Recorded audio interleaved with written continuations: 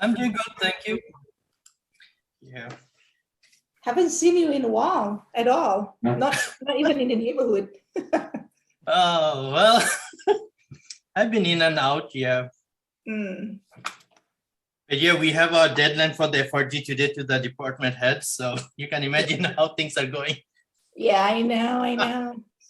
I got it. I thought it's 21st of October. No, ours to the head of the department is today, end of the It's day today. Yeah.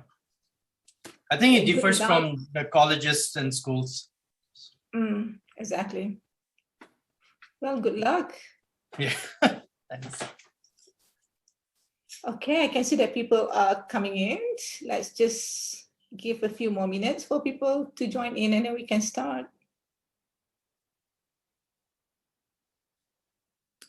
Okay, so I just see Galip's joining in. I see Kanal as well.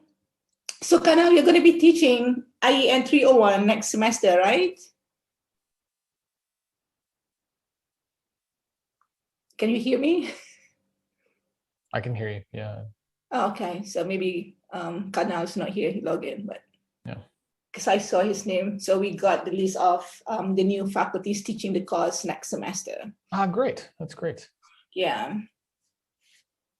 So they should definitely be here. So while before you start this thing that Colonel is doing or teaching, my head of the department was telling me about this course. Is that something that you have to apply for or something? Yeah, in the IEN 301 course, you mean? Yes. Yes, sustainability is, I guess, is part of the course. So there are three modules, I suppose, that they have to cover in the IEN 301. All right. So this is part of the training. Okay. Yeah, and John is, I guess, going to be, very, very helpful. He's gonna record a few more videos, lectures on how to teach sustainability as well. So that we're gonna share with the new faculty teaching the course next semester. So we're gonna prepare a few different videos and recordings to share with the faculty members, especially those who are not very familiar with sustainability. Right. Okay. Good afternoon, everybody. Hello. Hey, Adil. Hi, Adil. Hi. He gets Adil's getting lots of John this week. Well, I'm lucky. I've seen you 2 times this week. Ah. I don't know if that's a blessing or a curse. Oh. Welcome. Thanks for coming. It's always a blessing, right? Okay, I'm looking. Blessing, yes. Yes. Okay, should we start, or do you want to give one more minute, John? Give them a minute. It's fine. I give my students the extra minute, so we might as well give our colleagues the extra minute. And our colleagues are much busier, as we just saw from the infographic. Exactly. Than most of our students. So. Exactly. That's why we're so grateful that they are here today joining us. Hi, Jan. Hello. Hi, Galip. Who else are here? Ala, Akil. Hi, Akil. Hi, Chris. Hello, everybody. Hello. Hey, good afternoon. Hello, good evening. Afternoon, not evening. Hello, everyone. Good afternoon. It needs to be evening. And I see Rami is here as well, and Rose. Yeah, definitely. Karen. Hello. Hi, thanks for being here. So, Kazi, did you want to actually teach the class? It kind of sounded like you might be interested in that. I might be, is just that we were talking, me and the head, and he was saying about this course, and I said I didn't know about it. So he said, you know what, you can think about it, because sustainability is something that I preach and love to do. So he said, take a look at it. So that's why I'm asking. I really don't know about the course yet. I'm surprised too that you're not part of the participants. When I received the list of the faculty members, you were not there. So I'm surprised too. See, I told you I was hiding. Yeah, this is going to be interesting, actually. Any students trip to be out with Kazi? Kazi, there's a question for you. Oh, there is? Yeah, in the chat. Oh, Well, like if you're organizing something, Jen, definitely my students we can go to BIA. I've gone to BIA before with Rose's group. So yeah, it's something that definitely I think my students would like it. I haven't started solid waste management yet, but that would be a good way to show them what it is. I'm planning to go to a wastewater treatment plant if anyone's interested to see what happens when you flush the toilet. So I want to go. I want to go. Yeah. Sounds great. My All right, students were so interested when we went the last time before the pandemic. They were very shy with you and your group, but they enjoyed it a lot. Okay. Yeah. So we're in the process. Yeah.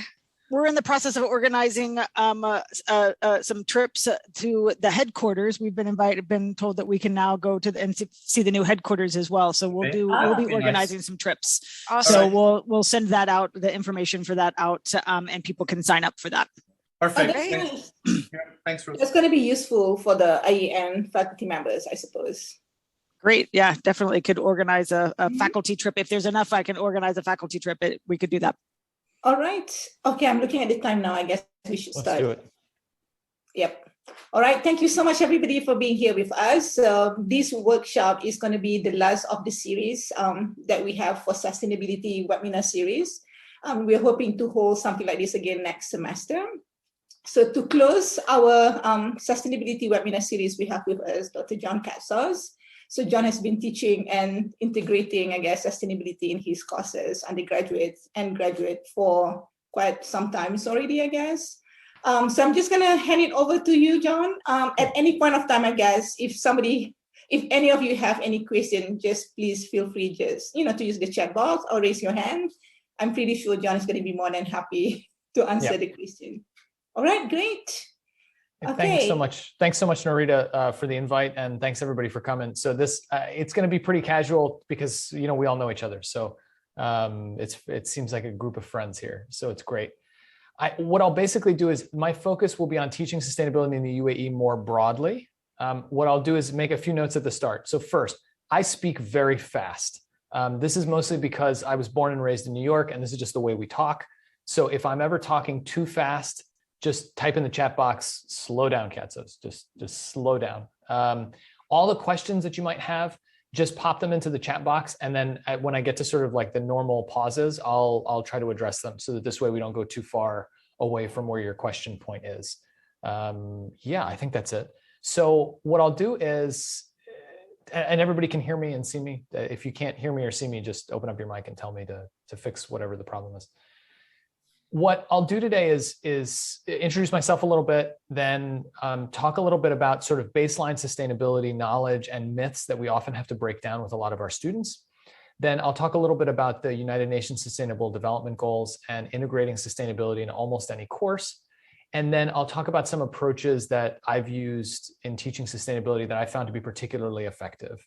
So I'm very much a mix and match sort of person. So I've tried a bunch of different stuff in my courses, whether at the undergraduate or the graduate level or the executive level. And so these are the things that I found to be the most helpful. And then I'll leave some time at the end to wrap up. I will try to keep myself on time because I also, in addition to being a fast speaking New Yorker, I'm also a loquacious New Yorker, which means I often go over time. So I will try my best to leave about 5 or 10 minutes at the end so that if there are questions that I haven't addressed during the talk, we can go in. I'll say from the start, my goal here is not to just focus on those folks who are teaching IEN 301. It's for them plus anyone who wants to be integrating this work into their work and into their courses.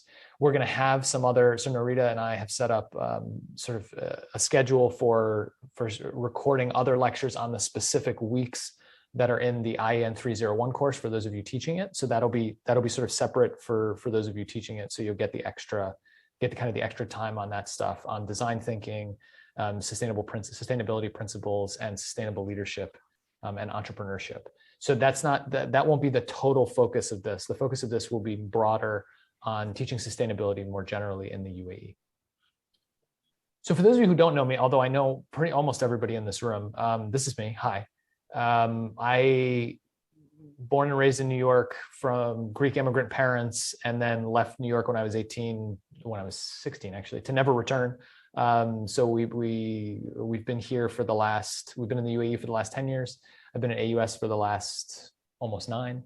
But I also have these other research affiliations. So my research tends to focus on the social side of sustainability, which we'll talk about in a second, and on businesses operating in really uncertain environments. So it's usually conflict zones or other types of natural disasters, things like that. So very uncertain crisis times. I'm a lawyer by training. So at GW, I did my JD and my MBA there. And I'm an admitted attorney, but none of this is legal advice. So don't ask me for legal advice because I won't give it to you. So even though I am a lawyer and I am admitted to practice, I don't give out legal advice. None of this should be construed as legal advice. So please don't quote me on that. Don't say your lawyer told you something. So, okay, enough about me. Okay, let's talk about base knowledge. So for most of our students, they have only sort of a vague understanding of sustainability. And we'll see in a second, I'll talk about the kinds of students you get typically when you engage with sustainability topics. They tend to be split roughly in half between apathetic students and between really highly engaged students. And I would say for all of them, even if they have some level of awareness, they often don't have the sort of a broad awareness of the topic. It's usually pretty limited to whatever they've consumed in their media environment. So where I normally start with students is by laying out the Brundtland Commission, which was a UN Commission on Sustainable Development in 1987, their baseline definition. And this helps guide the whole set of conversations because it's a very broad definition, as you can see, but it's also one that helps bring us back always and recenters the conversation. Because unfortunately, what happens sometimes when you're talking about sustainability in the classroom is it can go into directions that might not necessarily be related. This helps focus that. It also helps break down the three parts of sustainability that the Brundtland Commission talks about and that's embedded throughout most sustainability work. And that's environmental, economic, and social. When, again, from the teaching standpoint, most students they usually only have exposure to the environmental side of sustainability. So most people in general, when they think of sustainability, they think of something like this image, right? A wind turbine, beautiful flowers, lovely things, maybe some solar panels, a recycling sign. This is the way that a lot of people interact with the term and the idea of sustainability more generally. And a lot of what you're having to do in the classroom is expand students' notions of what sustainability means. Now, the reason the Brundtland Commission does that, and the reason why in general sustainability scholars take this broader view, is because if you only address the environmental needs without addressing economic and social sustainability, it more or less collapses. These three are self-sustaining. So they have to all work together. If you have something that is environmentally very good, but causes large levels of economic and social pain, it's not going to last very long. Something that's related to this that I'll get back to is often people, because they have this, very, very often people have a narrow view of sustainability as being only environmental. They often think that sustainability is a technical problem. That, oh, well, the problem is we haven't invented the right machines to fix things. And what they're often missing is sometimes the technology is there. It's the economics and the social aspects that aren't there. It's getting people to do things as a group that's often the most challenging part, not having the technology to do it. So very often, as we'll see when we get into some of the examples that I use in class, the technology is there. The problem is cost, people, or both. And so all three of these have to work together. And so a lot of what you'll find yourself doing up front in explaining this to students is trying to build their base level knowledge and understanding how these three interact with each other. Okay, so a simple example that I usually give at the start of my sustainability sections is I present a case called Alaska Gold. So this is, and don't worry, I'll be sending the links in a follow-up message. And it's the case of a mining company that finds the second largest gold deposit in North America in Alaska. And it's a 1-hour documentary that I sent to them before class so that they can kind of take a look at. But what it does is a nice job of breaking down how the mining company has to sort of process through all the environmental, economic, and social issues that deal with just digging gold out of the ground. So one would think that this would be a relatively simple conversation, that the real challenges are technical, right? It's a huge mine that has to build a giant tailings dam next to it. It's in the middle of nowhere. And so you have to build roads to it. You've got to build power plants. And those are sort of the obvious things that come up. what becomes clear very quickly, though, as we do the case, is this area is also in a very unique ecosystem. Right? It's in an ecosystem that basically sits at the headwaters of a bunch of rivers, where salmon, one of the largest sort of natural salmon runs that's left on Earth, salmon will come and spawn in these headwaters. And the salmon have their own, right, not only environmental value, but they also have their own economic value, because there's lots of fishermen that are attached to this process of catching all these fish every year. There's also a great deal of work on the social side, right? So there's indigenous communities that are there that base a lot of their culture and stories and their community aspects on the fish, right? So on salmon being in this particular location and their tribes being in this particular location. There's cases like that out there. Those types of cases allow the students to start to see in real life how these things are interconnected. So a mine is not just a mine. And a mine is not just about environmental issues. The environmental issues end up touching on all these other aspects that have to work together. Okay, questions about that, about sort of developing base knowledge in students and kind of helping them through that process?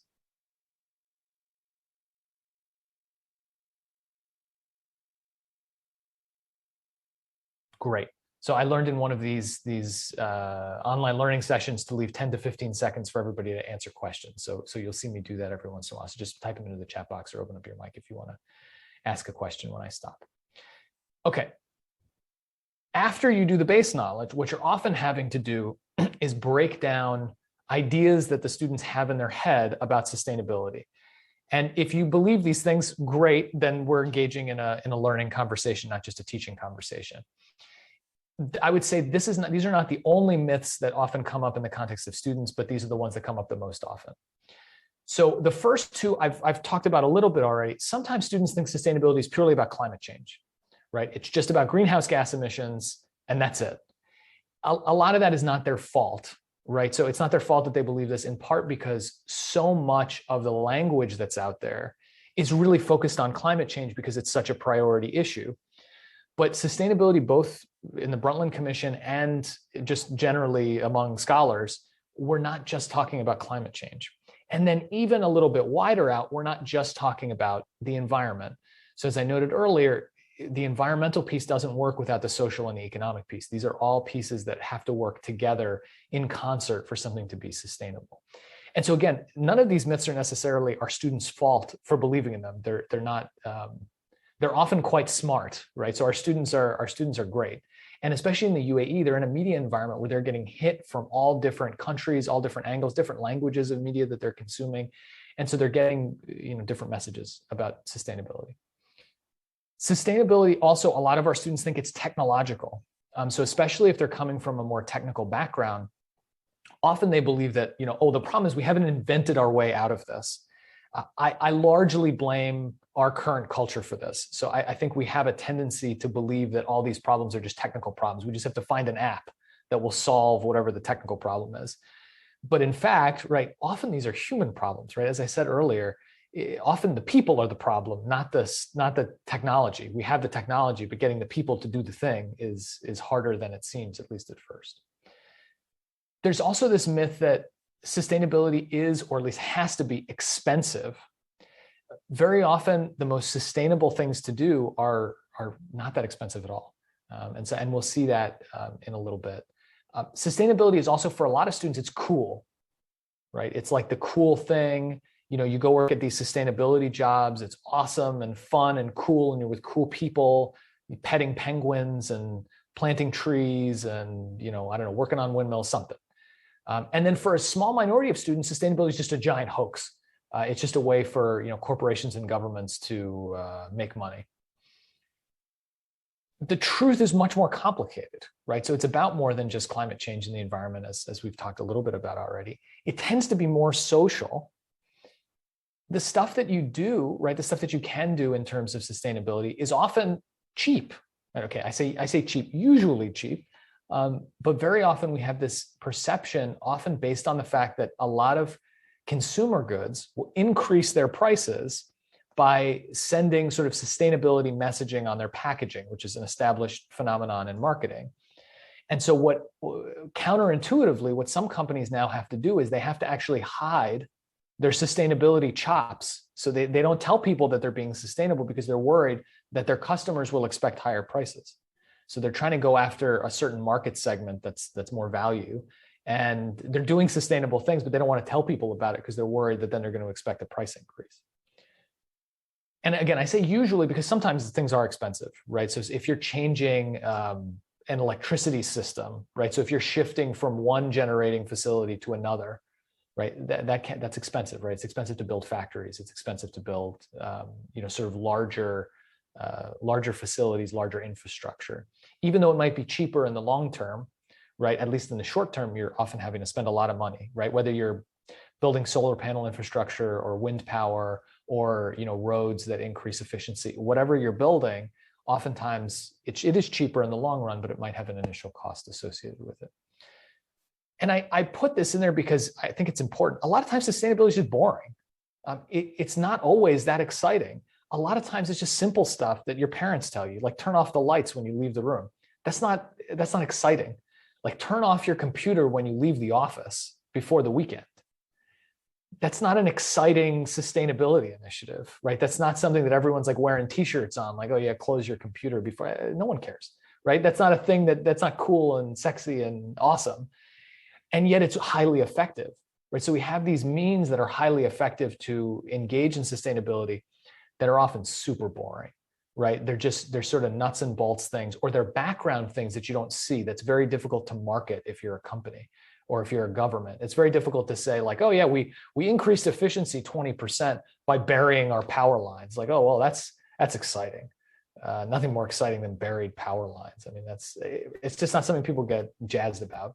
And again, I say usually, because there are some products, services, innovations that are really exciting and cool, but a lot of it is just not that interesting, right? So Kazi and I have talked about, sort of wastewater treatment and things. That stuff it's like super important. It's not the kind of, you're not going to put wastewater treatment on your t-shirt, right? It's not a thing that you're going to, so Kazi's got it right? Maybe we need t-shirts saying turn off the tap when you're brushing your teeth. The folks who think it's a hoax, I would say we'll get back to them because they tend to have some overlap with a group of students who tend to be climate change deniers. These groups tend to have some overlap. But I will say that they sometimes have a point. So what we often see in sustainability is a lot of, especially from companies, a ton of virtue signaling, a ton of marketing associated with sustainability and not very much action, right? The action levels are very low compared to the amount of talk and hype that goes on about it. And so again, they're not coming to a silly conclusion based on what they're seeing because they're not dumb. They see that these companies who are saying they're doing amazing things are really not doing these amazing things, right? They're saying that something that's minor is amazing. One of the examples I give in class is I'll talk about Altria. So some of you may not know what Altria is. Altria used to be called Philip Morris. So it's one of the largest tobacco companies in the world.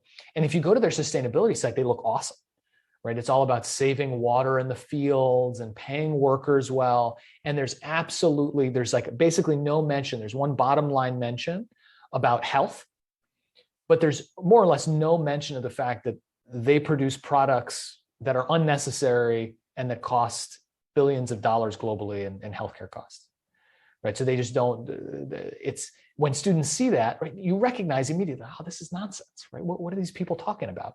So they're not wrong to be doubtful. And the key that we'll see in a second is to take advantage of that critical perspective that they have. Because really what they're doing is they're actually using their critical thinking skills, but we have to make sure that they're doing it appropriately, if that makes sense.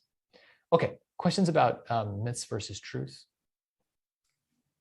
Okay, so Norita's, yeah, go ahead, Norita. Okay, I was just looking at the difference here. One that really caught my attention is the myth that sustainability is cool. Don't you think that is actually a plus point? Isn't it nice the students think that it is cool so that they want to be part of it? Yeah, and I think and we'll see that in a second when I talk about sort of the types of students you get. It's great if it's cool. The problem is if it's cool, then it gets wrapped up with all the other cool stuff. And so what tends to happen is you tend to have students who will only do the sustainability stuff that's cool, and they're not really down with doing the stuff that's boring. because a lot of the things that you might ask them to do, or you might say like, look, we could do this. They have no interest in. Yeah, and so Rose makes a great point. A lot of times they have no interest in doing the stuff that's incremental, right? So it's like the incremental, the boring stuff. They're just like, yeah, that's not that exciting. Like, I don't want to. Yeah, print on both sides. Like, yeah, that's not what I mean by sustainability. And so that's why it sometimes is a barrier, right? I think sometimes it's a barrier because then it gets wrapped up in it being cool. And so if it's not cool but it's effective, people are kind of put off by it. But yeah, I see your point that sometimes you can use this to your advantage, and it's great. Great, thanks. Yeah, I guess students just want something that they can share on social media. Yeah. So They want to take the pictures. They want to post it on Instagram and be like, look at me, I'm awesome. I'm hashtag sustainability. And that's also that, unfortunately, that then feeds into the other narrative of this is all just nonsense, right? This is all greenwashing.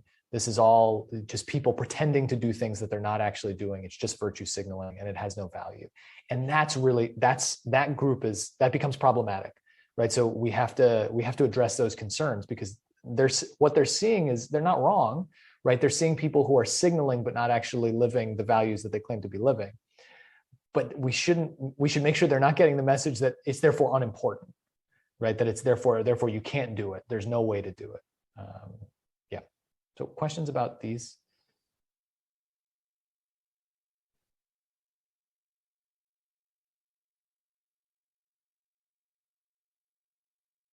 Okay.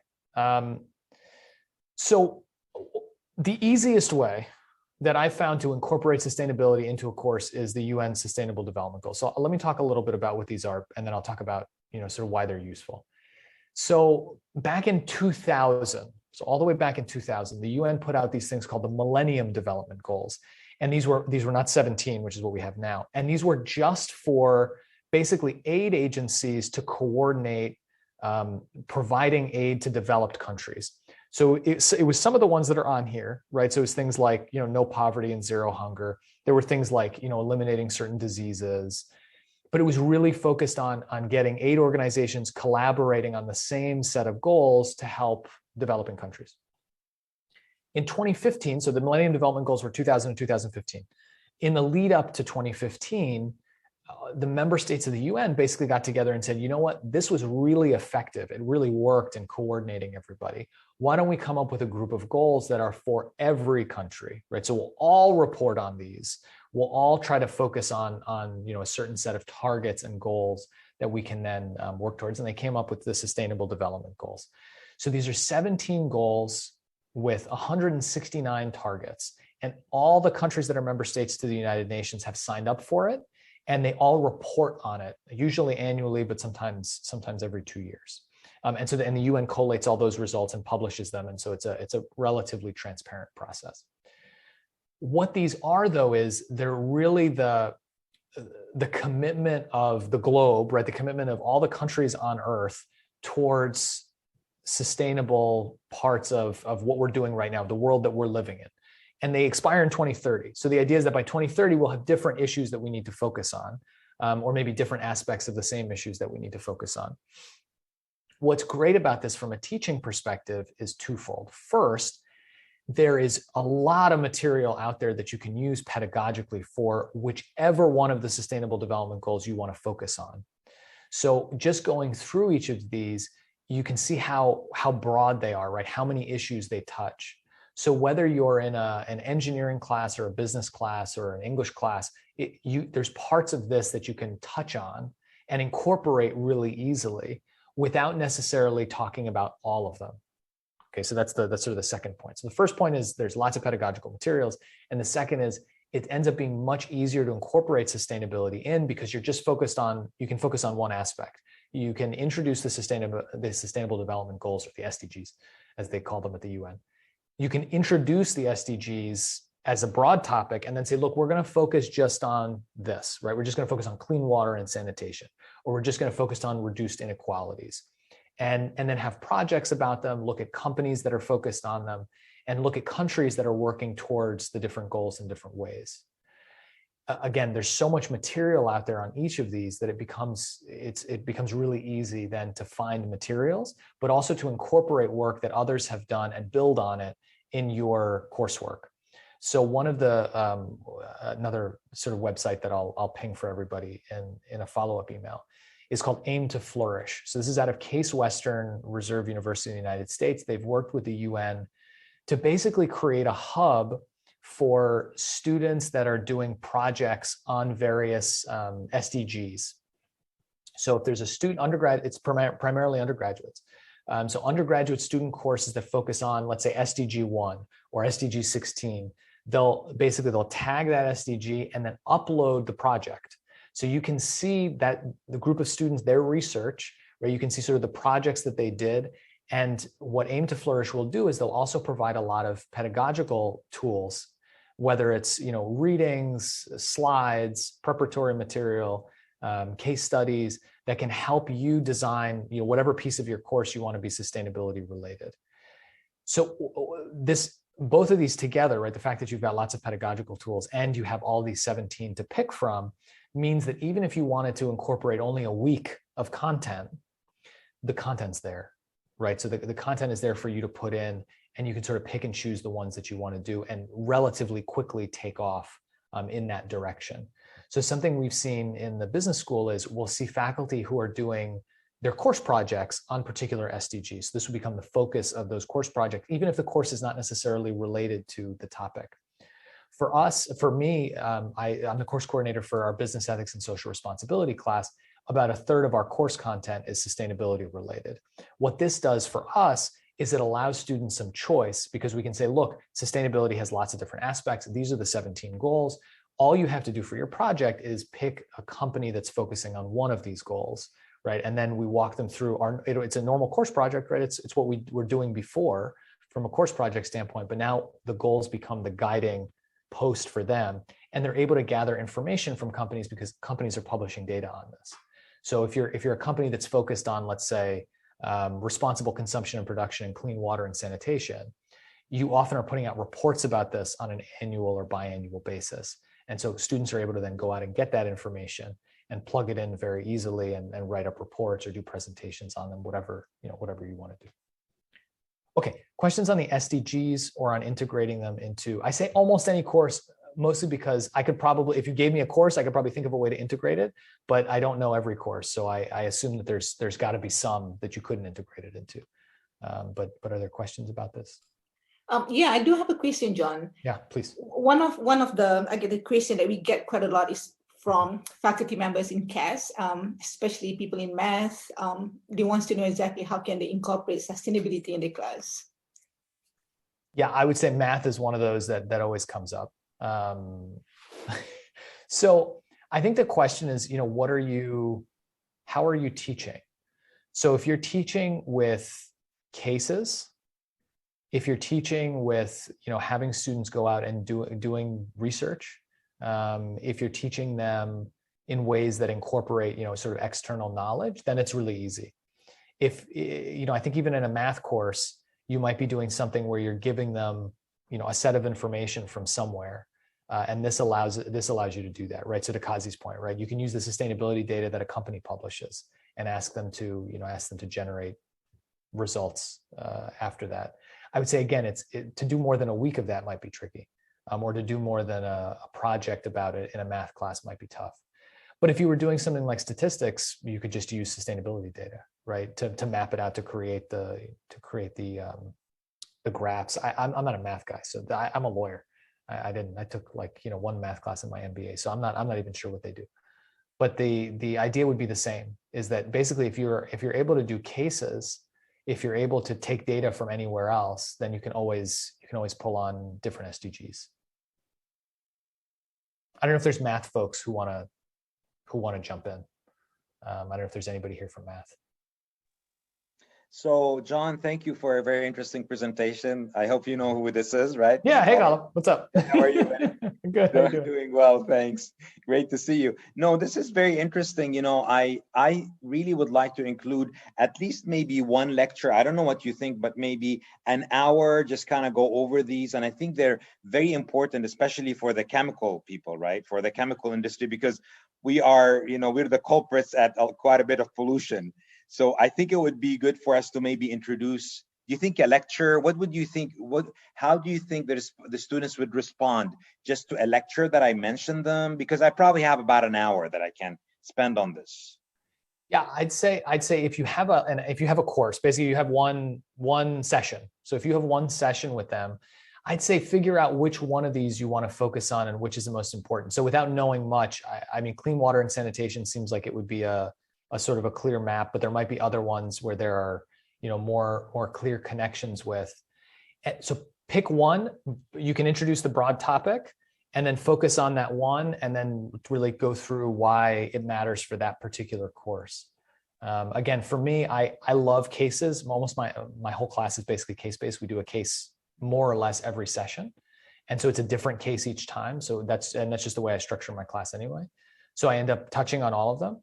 But if you just wanted to do a lecture on, you know, look, we're going to cover sustainability for 20 minutes, then we're going to talk about this SDG for 20 minutes, and then we'll look at the applications in with respect to our particular course. I think that's an easy way to structure it. But that might be something. Yeah. John, sorry, thank you. Very good points. Yeah, no, is it possible to share with us maybe one of your cases so we can maybe model what I talk about, just maybe one or two, and maybe tell us how the discussion goes, or maybe what the questions that you employ in class? That would help us quite a bit. Yeah, what I can do is so I mentioned the Alaska Gold case already, and I have, so because I'm the course coordinator for business ethics, I have sort of a sheet that everybody who does that case that we use, and that breaks them up into groups and asks them questions about things, and so does all that. I can share that with you so you can see that. Sounds good. Thank you. Yeah, no problem. That's fine. Other questions on this? And I'm doing okay on time, remarkably.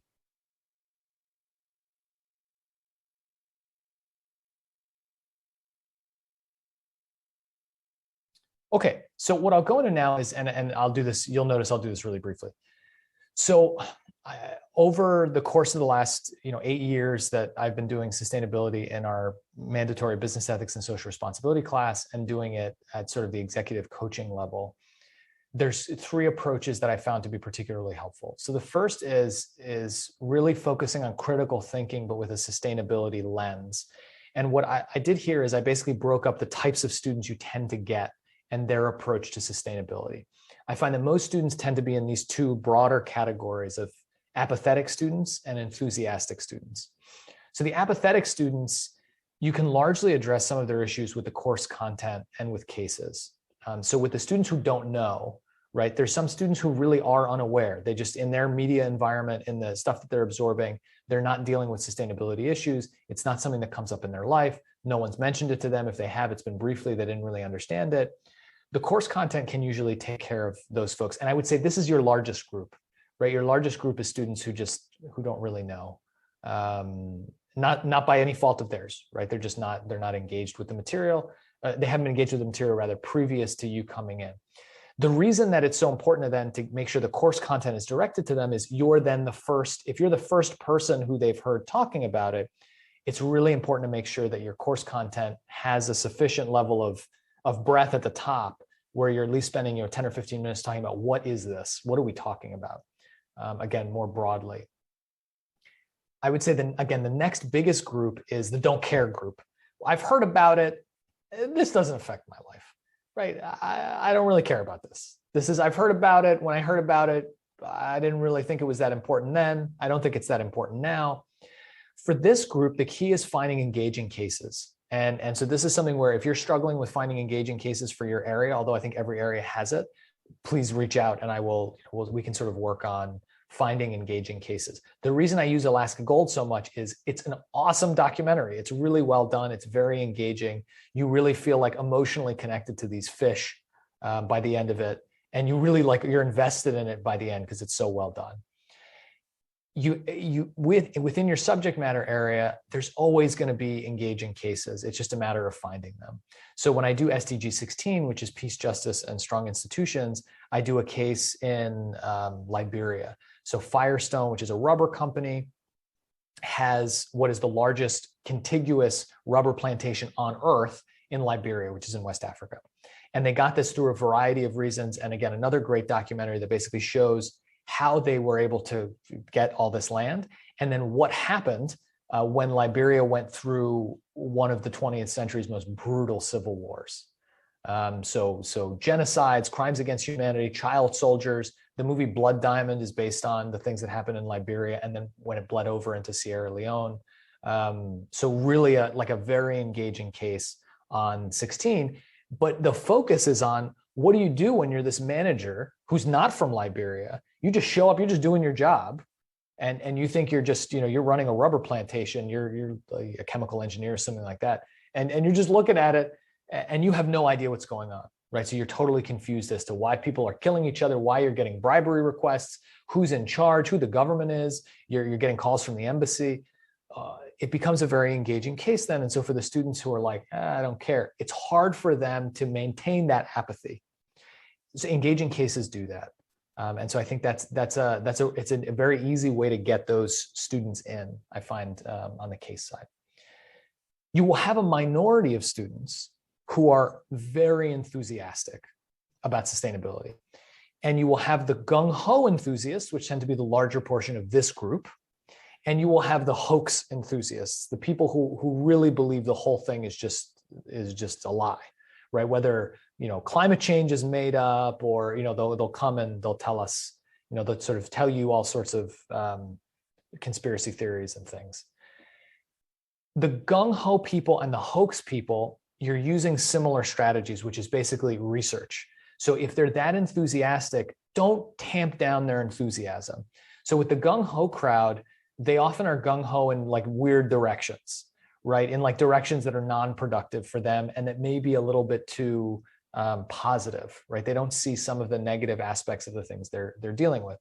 So for them, the real key is pushing them in the direction of, go do your own research on this, and try to research alternatives. So I had a student who was really super into everything sustainability, was into like eco products, and would show me the stuff that she was wearing. It's like, she'd show me one day, she showed me her shoes. She was like, sir, these are the most eco-friendly shoes you can imagine. They're made with this kind of product and this kind of material, and there's no plastic in them. She was super psyched about it. And so my lawyer brain, which is like my lizard brain back here, my lawyer brain is thinking like, yeah, they can't be that great. And when you've been doing the sustainability stuff enough, the more you hear someone hyping up the eco-friendliness of a product, the more suspect that product is, right? So it's like, yeah, this is new and it's that eco-friendly. Let me ask some more questions. With that student, right? And again, this is representative of this sort of group. The key is to sort of send them off to do their own research and say things like, look, that's great. I'm so glad that you're happy about your shoes. What's the alternative? So why aren't people all buying these shoes, right? And what's the alternative to these shoes? So in her case, I went off and I kind of guided her in that direction to research alternatives. And she came back to me a week later and she said, sir, I found something out very interesting about my shoes. I said, tell me. They don't last very long. So really? Why is that? She said, well, sir, they're made of these materials that break down really easily. So that's fascinating. I said, who would have thought? But that got her into this critical thinking mentality of saying, okay, I'm saying this thing is sustainable, great. And it's got all these things associated with it, which are awesome. But sustainability is not just about those narrow things that the company is telling you about. It's also about all these other things. 2 weeks later, she comes back and she tells me, sir, I found out another thing. Oh, tell me. Well, they're being investigated for all these labor rights violations in the places that they're making their shoes. Interesting. That's never happened before. So that enthusiasm can drive them into, by accident in their view, but from your view, you're guiding them in a particular direction to use that enthusiasm for them to do research on alternatives. So where she ended up 3 weeks later was, sir, maybe it's a better idea to just like buy one pair of shoes and have them last for many years. I sort of said, that sounds amazing. That's amazing that you figured that out. That's really great. It's not that that's the best answer, but it's that what we have to force the gung-ho group to do is to think critically about these decisions that they're making. Many of them they're really passionate about it. And there's no reason to put a damp on that passion. The key is to just sort of direct it in a way that also enhances their critical thinking. But again, with this sort of sustainability lens. You also have the hoax group. So this group is, you end up spending a lot more time with this group than their numbers represent. So this might only be 10% of your students, but you end up spending a lot of time dealing with the hoax group. The key for them is also research, but it's guided research. So particularly with my climate change skeptical students, one of the things I have them do is I sort of guide them towards the UN IPCC reports. Okay, so these are reports that groups of scientists that are convened by the UN put together on climate change, but I don't have them go read the most recent ones. I have them go back and read ones from previous cycles. And when they do this, what they start to realize is that very often the previous cycles actually ended up underestimating and being overly conservative in what they thought the results would be. This sort of, it broadens their scope out because they always come back with two pieces of feedback, this group. Again, maybe about 10% of your students will be in this group. The one piece of feedback is like, oh, this stuff is super boring. It's like, unless you're a scientist, unless you're like a climate scientist, a lot of this stuff is like very dense scientific work. It's like, okay, yeah, because they're serious scientists. That's what science like is. It's just this is what they do. And then the second thing they come back with is almost invariably they will say, wow, they were really conservative, right? They were really reserved. They were wrong in under predicting what they were actually going to, what actually ended up happening. Again, the whole idea is to make them be directing that enthusiasm towards a critical thinking lens, right? So it's not to shut them down. That I find that's not helpful. It's not to become adversarial. It's sort of say like, yeah, let's talk about that, right? Let's talk about, what's going on and why you think that, what you're looking at, what the sources are, sort of guide them in that direction. I will say this group takes up a lot more time than the other groups. It's worth it because then often they end up being, some of your best students. But I just say, yeah, keep that in mind. Okay, questions. And I realize I'm running out of time because I talk too much.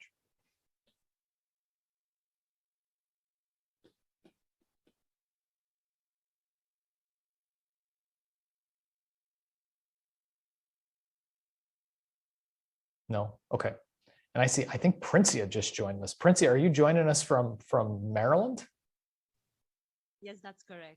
Hey, welcome back. Welcome back to AUS. So, okay, so the second way to approach teaching sustainability is through a systems thinking approach. So if you've done systems thinking before, this is all old hat to you. But the idea fundamentally is looking at evaluating the whole system.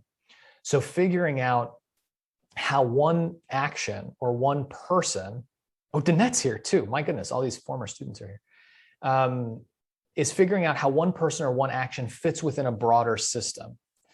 And really the goal here is to do two things. After you evaluate the whole system, trying to think through with the students, how can the system be more sustainable?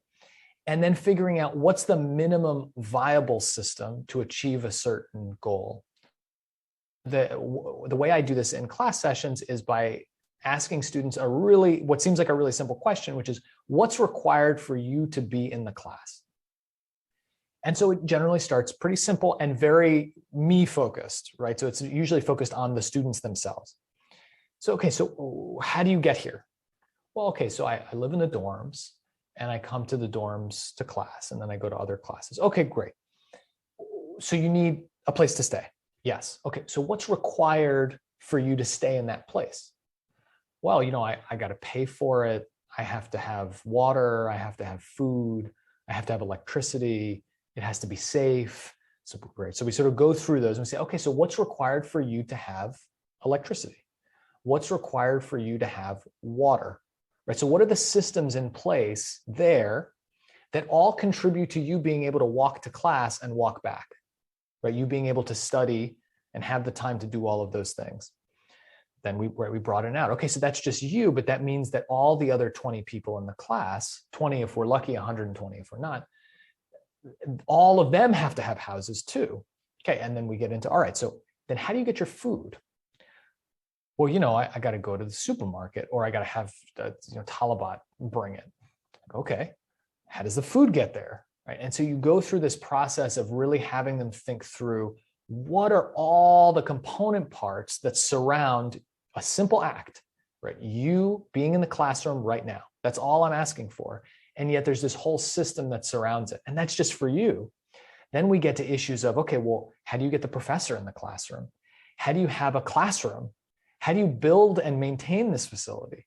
How do you generate the electricity? How do you bring in the water? We're in a desert, right? So where does the water come from? What that allows them to do is have a much broader conception of a very simple thing. Once you do that, you can then start to pick apart, all right, let's focus on clean water and sanitation, right? And I'm just doing this because Kazi's here. So this is I get to do this. If we're just focused on clean water and sanitation, how do we're looking at the system, where are the parts in the system where we're worried about clean water and sanitation, or where we can make improvements to clean water and sanitation, right? Where are we going to focus? Again, this helps them to really both conceive of how they fit into these broader systems and how the systems interact with each other, but then also figure out, if I want to focus on one thing, it's not just one thing, right? It's this one thing that's connected to all these other things. So I can't just, figuring out a way for people to use less water is not as simple as turn off the tap, right? That's one component of it. But then I have to think about sort of the chain reaction that thing has within the system itself. And then, right, so then the follow-up to this exercise is often I will come back to this later in the course, so maybe weeks later, and we'll talk about what's the minimum viable system we need to do certain things. So if we're talking about something like quality education, what's the minimum viable system that needs to be created for a student to be educated in a classroom?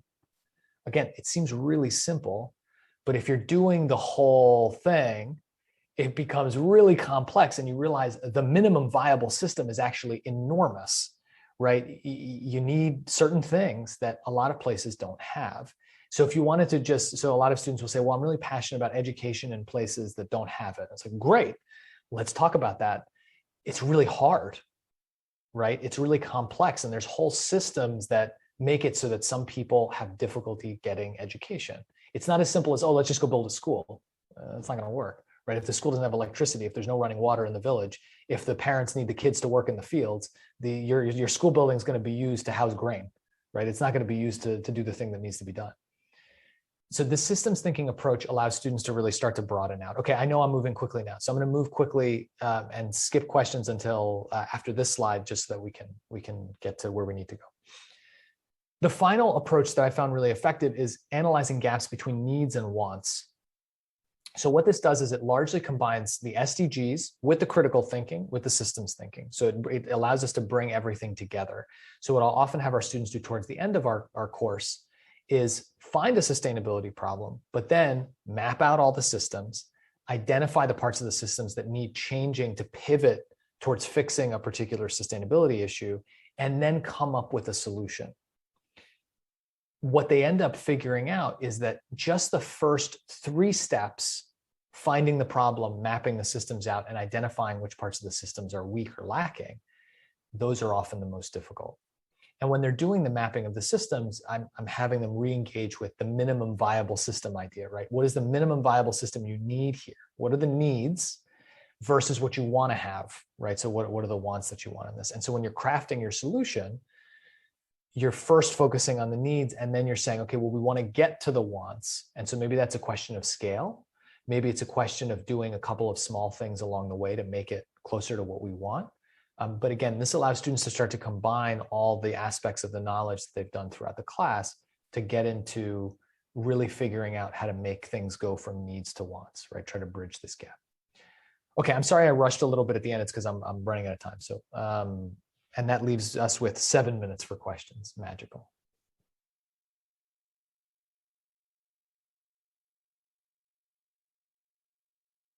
Questions? Great, thank you so much, John. So, yeah, if anybody have any question, just please, use your mic. Okay, let me just start. So, John, what is the possibility for any one of us, let's say, since we're not very sure on how to exactly approach the concept of sustainability in the classroom, possibility of maybe inviting you to be a guest lecturer? So I do a guest lecture for ADL every year on business strategy. It's not something I mind doing. I'd love to come in and and help everybody out. I will say I teach MW, so if you teach MW at my time, then that's always going to be a struggle. And and I will say sometimes this stuff can be overwhelming. The key is to just try it out. So try it out. I'm a big fan of refinement. So my class is never the same from year to year. So I spend a decent amount of time every summer just sort of looking through and figuring out ways that I can make things better. And that's all this is. This is just basically trial and error. So I can tell you, so now it looks like I know and I figured everything out, but I'll tell you straight up, I've made tons of mistakes along the way, especially dealing with, you deal with these different types of students and you need these different approaches. And yeah, and so it's just sort of that. But yeah, anytime, just ask me, send me an email. Sure. Yeah, I mean, next semester, I guess we have around 8 to 10 new faculty members teaching the course. And in the fall, we're going to have a lot more of them. So I'm not really sure this is a great, I guess, approach to just always invite a guest speaker to the classroom. I mean, we only have you, Kazi, Rose, and a few more. So you guys are going to be very, very busy if we were to do. It sounds like it, yeah. Yeah, if you were to go with that approach. So maybe one big lecture. What do you think of maybe we would just to have a few recordings of, you guys, the experts, and then share that with the faculty members who's teaching the course? That's going to be a good starting point, I guess. Yeah, exactly. I mean, we've talked about this, and yeah, absolutely. Yeah. I mean, that's something I think we're going to do. So, yeah. Great. Yeah, I'm just going to pass if anybody else have any question. If anybody have any comment, maybe Rose, Kazi, if you have any comments. I just had a comment that maybe what we could do is have a couple of sessions that's kind of like a meeting, and Kazi's there and John is there, and it's a conversation, and we do it like maybe 3 different times at 3 different available times, and then the students can come into that, so that the students from the different classes can do it, but that way it's a little bit more live instead of just a recording. But we can offer that a couple of times, and if that makes sense, I can work to try to coordinate a couple of those through the term that that people could attend. But I also just wanted to are we losing you somehow? We lost you, Rose. Yeah. Sorry, I hit mute. I also wanted to share a document that I think is really good that goes SDG by SDG, and it has learning objectives and how to integrate it into your class. So you can, if you want to do SDG 12, sustainable communities, if that's something that you think could be related to your class, you can look at that specific one and you can see what some learning objectives are for that and how to integrate that in your class. And it has a bunch of examples. So that could be, that could kind of jumpstart people's thinking on how to integrate this into their class if there's a natural link with one of the SDGs. But this has been great, John. Thank you. Great. This is good. Okay, so we are going to collect all the different links and compile them, and we'll share with everyone who are interested, and definitely for those faculty members teaching the course, for sure. Yeah, Norita, if I may. Yeah, Norita, if I may. I'm sorry. Sure, Ami. Yeah, thank you, John, for this excellent presentation. And I personally contacted John and Muhammad because I'm teaching the IN right now, the pilot course this semester. The notes were really useful from Muhammad Ibrahim and John. And the only problem I've seen so far, the course is over occupied by topics. Too many things to cover, and this is not fair to because if you want to do it right, you have to engage yourself with the students in a way that you have to work on projects. Today, in their presentation for the sustainability, I asked each one of them to go and find a company in the Middle East. And I've seen a really nice project by the students on Miro, and they developed they learned how those, for example, you can make plants, from plants you can make bags and other things here and there, and the tall plantation and so on. But the only thing, the time is the only problem in the course. And I don't know if we can cover 3 modules plus sustainability. It's too much. I think the 3rd module, we can, you guys need to think about it, because if you want to do it right, you need to have the time and to deliver the message, which is sustainability, design thinking, that will take you later to entrepreneurship. I think this is my only reflection so far, but still maybe I'm wrong. I don't know if Muhammad Ibrahim, if he has something to add. Muhammad, I don't know if Muhammad is here. He's here, but this is great. This is great feedback, Rami. This is the kind of feedback that we need so that we can keep refining the course. And since you're the 2nd person teaching the course, it has always been Muhammad, and Muhammad is always fine with anything. He's a Superman. So yeah, I is mean, it- I'm hoping that next semester when we have more people, we're going to get more feedback, and we can always keep refining. Yeah, we need to, we need to just shrink the material, especially, I don't think I will reach the third module, because if the sustainability is important, design thinking is important now, Yeah. they need to work on their third project, which is the second project, which is entrepreneurship and so on. And I you will have one say, more, the leadership too. Yeah, and they also present in class, when they present in class, like the 50 session is gone. So I don't know, like maybe in the US, like the timing, I don't know, like because they take 1 hour and a half, maybe, I don't know. But to do, because in the Stanford one, they don't do sustainability. Yes, no, we Yeah, incorporated that, yeah.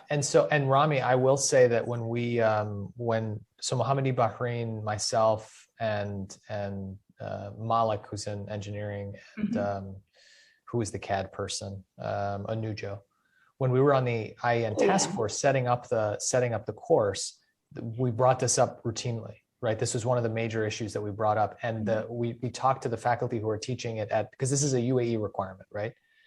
And we talked to the faculty who are at other colleges, at Zayed, at University of Sharjah, who are teaching this, and they basically said it's a sprint. It's too much material. Each of them could be its own class, and so what you end up sacrificing is depth, right? You're not getting the depth that you might want to get in some of these. So, and again, the sustainability thing is a requirement. So yeah, some of them are not doing it in that class. What some universities have done is they've made a separate sustainability class. But for us, that's really hard because the programs are really tight already. So I think that was, again, it was something we talked about. But if there's, whatever ideas everybody could come up with, I think. Yeah, if you look into the third module, it's basically a repetition of the first modules. So basically, it's just leadership and ethics and these things. So basically, so this is like you can just skim through them quickly, like in the lecture or so, if you have time. But what most importantly is, I think, I finished design thinking. It was really nice. They have the projects and everything right now. The sustainability is over today, but now I need to start still with module 2, and we are in week what right now? I don't know. Like, so basically, my only comment is just the time. Other than that, it's beautiful, and I'm enjoying it like day by day. And nice, great to hear that. So guys, it's exciting. I mean, I want to tell everybody it's exciting. Just you need to to prepare for it. The first time I think it's hard. I spent the entire summer preparing, but it's because it's different for me. Like I'm talking a different language.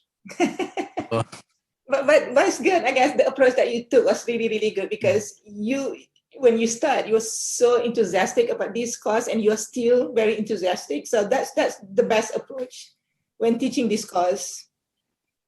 Well, thank you, Norita, for organizing this, and thank you, John. Thank you so much. Any other question for John? So if those faculty members who's going to be teaching this course for the first time next semester, please feel free to get in touch with us. We will be sharing all the course material as well. And we are also in the process of compiling a few different videos, tutorials, not only for sustainability, but also for entrepreneurship as well. So please get in touch with us if you need help with anything. So we will try our best to connect you to the right person, I suppose. Any other question for John? This is Kazi, not a question for John, but I just wanted to thank John and you for organizing this. Like, it shows that there are a lot of different faculties I know who are very passionate about these things. It's just to try and gather all of us and then, try to convince a lot of the faculties. And John rightly pointed out, it's just not the students. I have had a lot of conversation with faculty members who are totally against sustainability. And it's true, the first thing that comes up to their mind is environment. It's not about environment only, right?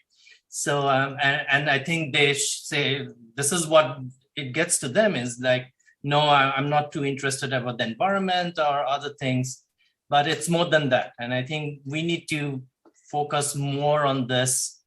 I know Rose does a lot of things, and I asked my students, have you seen the posters the sustainability office put up? No.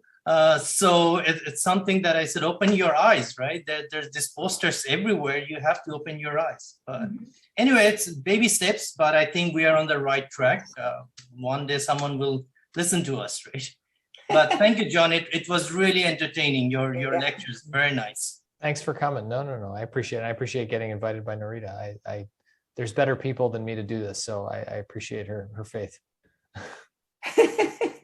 No, this is one of the best that we had so far. So thank you so much, John. Thank you so much, everybody, for being here. And yeah, we will be in touch. And thank you, Princia, for joining us. Good to see you. Princia and Danette. All right, take care. Bye. Bye. Bye. Thank you again, John. This is Thanks, really everybody. great. I mean, I learned quite a lot, seriously.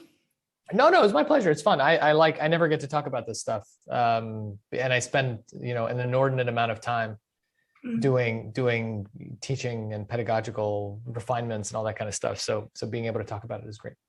It's always good. Yeah, I mean, especially when it comes to technology part, because, in my MIS class, I always talk about green computing and stuff like that. So people always think, hey, do something about technology, make it change, make it better.